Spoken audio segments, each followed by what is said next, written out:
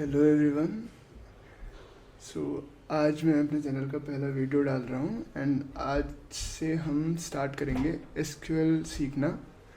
And the way I teach you SQL will be कि हम problems के through जाएंगे। Will start with SQL 50 problems. हम एक एक करके प्रॉब्लम्स को सॉल्व करेंगे और उस पर्टिकुलर कॉन्सेप्ट को सीखते हुए धीरे धीरे करके एसक्यूएल को मास्टर करेंगे। ठीक है, तो सबसे पहली बात है कि हाँ, ये एसक्यूएल 50 प्रॉब्लम्स को हम सॉल्व करने वाले हैं। एक कोट मैं आपको अपनी वेबसाइट से बताता हूँ।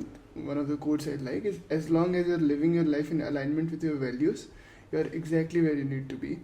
तो आप अपने वैल्यूज़ को राइट सेट करो and the link for my musings website where I muse I write stuff is attached in the description. ठीक है, तो एसक्यूएल चालू करते हैं। तो इसमें हम इस जो प्रॉब्लम सॉल्व करने वाले हैं हम एसक्यूएल 50 का पहला प्रॉब्लम, उसके लिए हमें 3 चीज़ों की ज़रूरत पड़ेगी। पहला है सेलेक्ट स्टेटमेंट, फ्रॉम स्टेटमेंट और वेयर स्टेटमेंट। सेलेक्ट बेसिकली आपके डेटाबेस में से पर्टिकुलर कॉलम्स को सेलेक्ट करता है। ठीक है, आप सेलेक्ट के अंदर कॉलम नेम डालते हो, कॉलम नेम्स डालते हो और उन कॉलम्स को सेलेक्ट करके वो आपको आउटपुट देता है।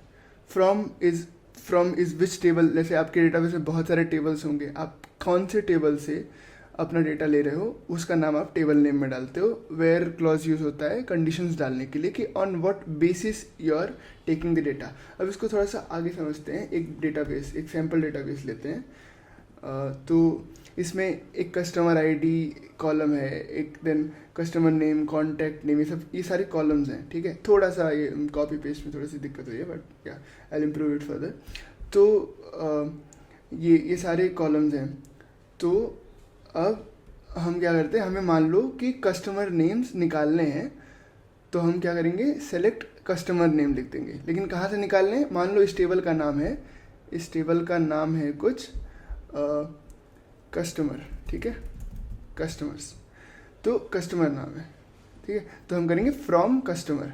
तो हम जब इसका कोड लिख रहे होंगे तो हम क्या लिखेंगे कि सेलेक्ट क्या हमें चाहिए था, कस्टमर नेम चाहिए था, तो कस्टमर नेम और फ्रॉम कस्टमर कर देते हैं। ठीक है, ऐसा लिखेंगे। अब वेयर क्लॉज का क्या काम आएगा, तो जैसे मान लो हमें लिखा है कि हमें दे रखा है कि हमें वो सारे कस्टमर्स चाहिए जिनका पोस्टल कोड एक पर्टिकुलर पोस्टल कोड हो। ठीक है, जैसे यहाँ पे हम 12209 ये वाला पोस्टल कोड हमें चाहिए। ठीक है, तो हम यहाँ पे एक वेयर क्लॉज डालेंगे और बोलेंगे कि वेयर पोस्टल कोड जो है वो इक्वल टू हो जाए किसके, 12209। ठीक है, तो इससे क्या होगा कि हमें ये वाला पर्टिकुलर डेटा मिल जाएगा, ये जो एल्फ्रेड है ये पर्टिकुलर मिल जाएगा।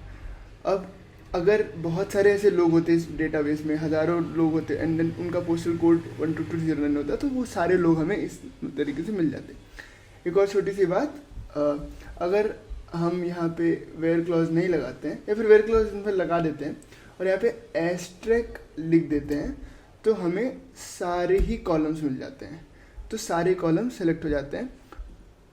अब हम आते हैं अपने क्वेश्चन पे। ठीक है, ये बेसिक इंट्रोडक्शन था।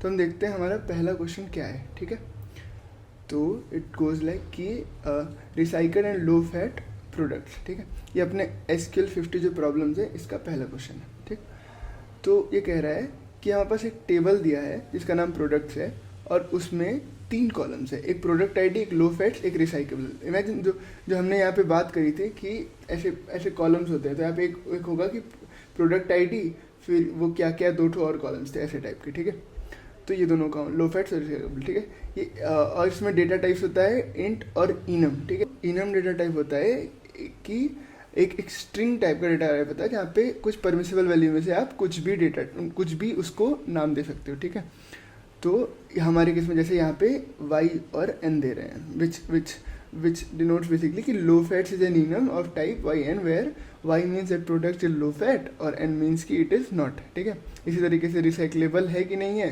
ये बात हमें पता है। ठीक है, तो अगर हम ये टेबल देखते हैं तो इस टेबल में क्या क्या दिया है, प्रोडक्ट आईडी, लो फैट्स और रिसाइक्लेबल। तो इसमें क्या है, कुछ प्रोडक्ट आईडीज़ हैं, इसके बारे में दिया है कि भाई ये लो फैट है कि नहीं है, यस और नो, रिसाइक्लेबल है कि नहीं है, ठीक है। और फिर पूछा है कि to find the IDs of the product that are both low fat and recyclable, मतलब कि जिसका लो फैट भी यस हो और रिसाइक्लेबल भी यस हो। तो जैसे ये वाला है, ये वाला है ना, इसका दोनों यस है। वन प्रोडक्ट आईडी 1, तो प्रोडक्ट आईडी 1 आउटपुट में आया है। प्रोडक्ट आईडी 3, तो ये भी आउटपुट में आ गया है ना। तो हमें क्या पता करना है, हमें एक सोल्यूशन लिखना है to find the IDs of products that are both low fat and recyclable, ठीक है।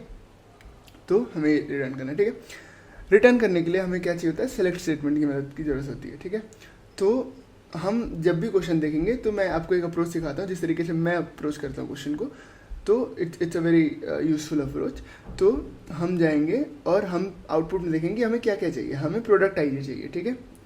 तो हम क्या करेंगे, सेलेक्ट कर लेंगे प्रोडक्ट आईडी को, ठीक है। फिर हमें वो प्रोडक्ट आईडी कहाँ से चाहिए, वो प्रोडक्ट आईडी हमें मिलेगी अपने प्रोडक्ट टेबल में मिलेगी, है ना। तो हम लिखेंगे कि फ्रॉम प्रोडक्ट्स, ठीक है। और ठीक है, अब देखते हैं कि अगर मैं रन करता हूँ तो मेरे पास क्या आता है। अगर मैं रन करता हूँ तो मेरे पास जो आउटपुट आता है कि प्रोडक्ट्स जो हैं 0, 1, 2, 3, 4 इतने सारे प्रोडक्ट आईडी थे अपने इसमें, तो सारे के सारे प्रिंट हो गए, ठीक है। इनफैक्ट मैं आपको यहाँ पे अगर एस्ट्रिक प्रिंट करके दिखा देता हूँ।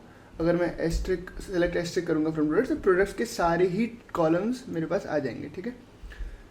तो हाँ, तो हम वापस आते हैं और अगर मैं करता हूँ प्रोडक्ट आईडी फ्रॉम प्रोडक्ट्स, तो मेरे पास वो सारे के सारे प्रोडक्ट आईडी वाले कॉलम आ जा रहे हैं। अब मैं क्या करता हूँ कि, लेकिन मुझे क्या चाहिए, मुझे चाहिए write a solution to find the IDs of the product that are both low fat and recyclable.